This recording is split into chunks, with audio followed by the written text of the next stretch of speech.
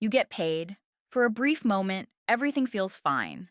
The stress lifts. The checking account looks healthier than it has in weeks. You tell yourself this month will be different. This month you'll save more. Be more careful, more intentional.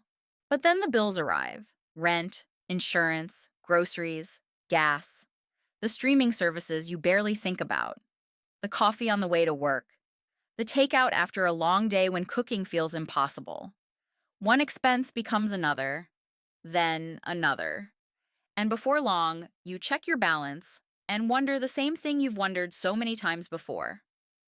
Where did it all go? If that sounds familiar, you're not alone. Millions of people feel stuck in this exact cycle. They earn money, they spend money, they promise themselves they'll do better next month. The next month arrives and looks almost identical to the one before. Eventually, many people start to believe the problem is them, that they're bad with money, that they lack discipline, that everyone else has figured out something they somehow missed. But what if that's not the whole story? What if saving money feels harder than ever because the world around you has changed in ways most people never stop to notice? For much of human history, spending money required effort. If you wanted something, you had to travel to a store, browse the options, make a decision, and physically hand over your money. There was friction built into the process. Today, that friction has largely disappeared. A product can appear on your phone, capture your attention in seconds, and be delivered to your front door before you've had time to think twice about whether you actually needed it. That's not a flaw in the system. That is the system. Companies spend billions of dollars every year studying exactly how people make purchasing decisions. They study attention. They study habits. They study emotions. They study what makes someone click a button and what makes them hesitate. Their goal is simple. They want spending to feel effortless. And for the most part, they've succeeded. Think about how many times you're invited to spend money on a typical day. You wake up and check your phone. Advertisements are waiting. You open social media. More advertisements. You drive to work and pass billboards. You browse online and find sponsored products. You get promotional emails, discount notifications, reminders that a sale is ending soon. You are living inside a world that has been carefully designed to separate you from your money. And the solution most people reach for is willpower. The problem is that willpower has limits. It gets weaker when you're tired, weaker when you're stressed, weaker when you're overwhelmed.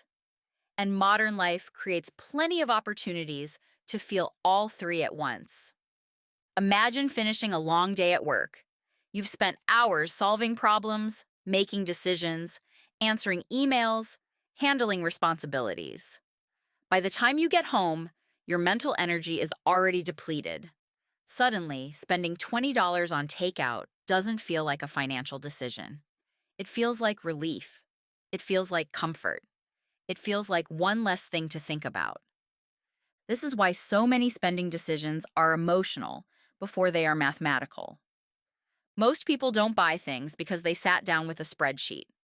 They buy things because they're tired, stressed, bored, celebrating, disappointed, trying to reward themselves after a hard day, trying to make something difficult feel slightly easier.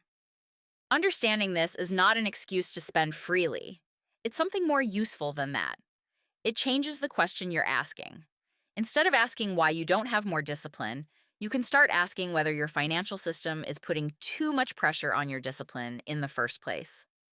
Financially stable people are often portrayed as having extraordinary self-control.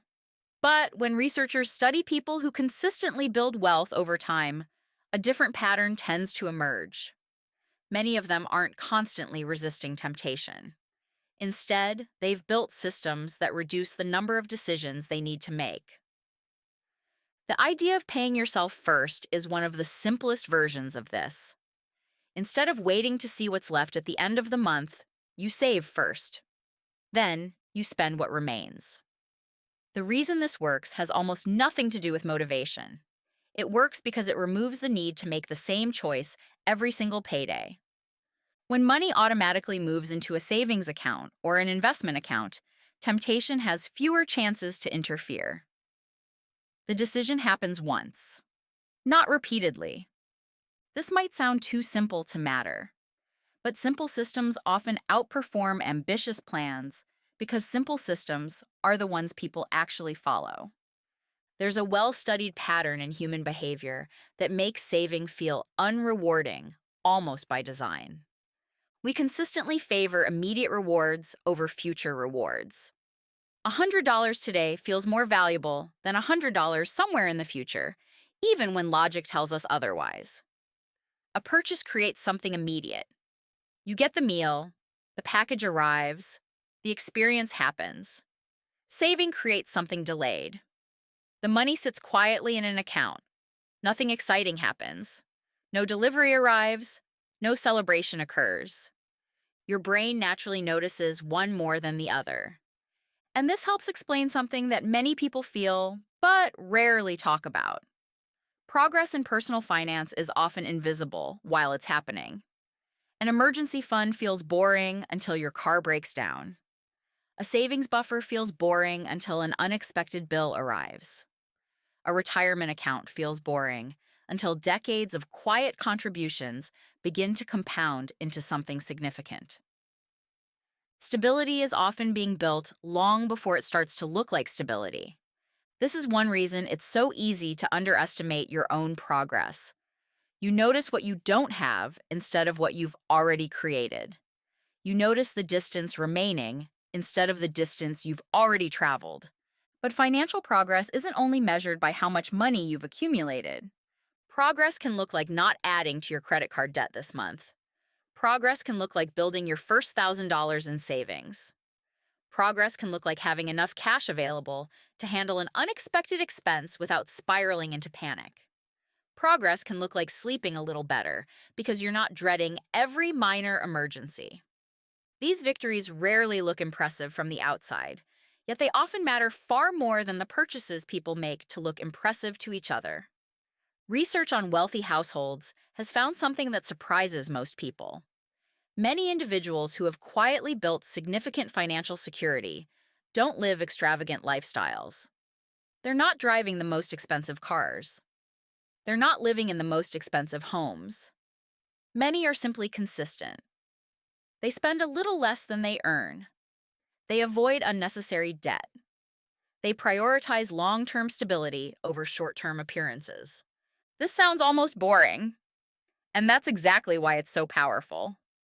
Building financial security is usually far less dramatic than people imagine.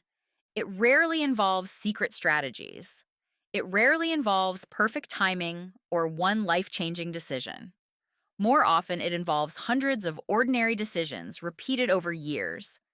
You spend slightly less than you earn. You save a little more than you think matters. You avoid certain mistakes. You stay consistent.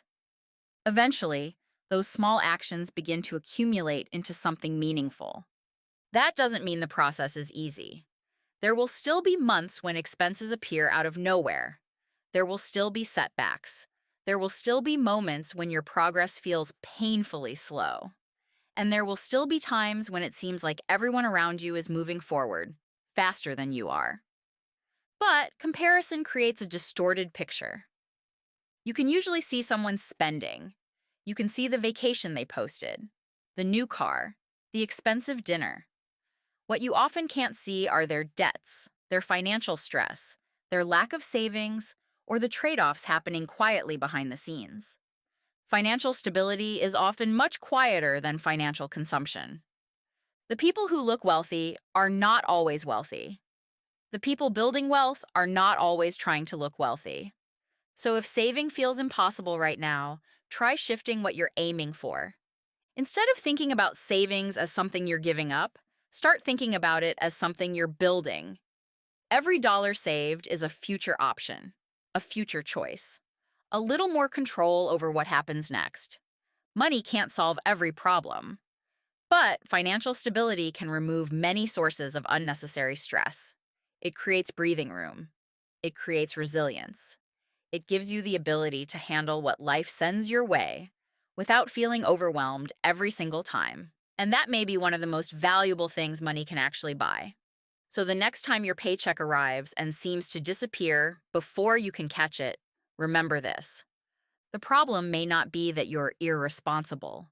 It may not be that you're lazy. It may not even be that you're bad with money. You may simply be living in a world that has made spending incredibly easy and saving surprisingly difficult. That's why the goal isn't becoming perfect. The goal is building systems that move you in the right direction, even on the days when motivation disappears, even on the days when every dollar feels like it's already spoken for. Because saving money has never been about one heroic decision. It's about hundreds of small decisions that gradually become habits. And those habits eventually become a life that feels calmer, steadier, and less stressful than the one you started with. If your progress feels invisible right now, that doesn't mean it's not happening.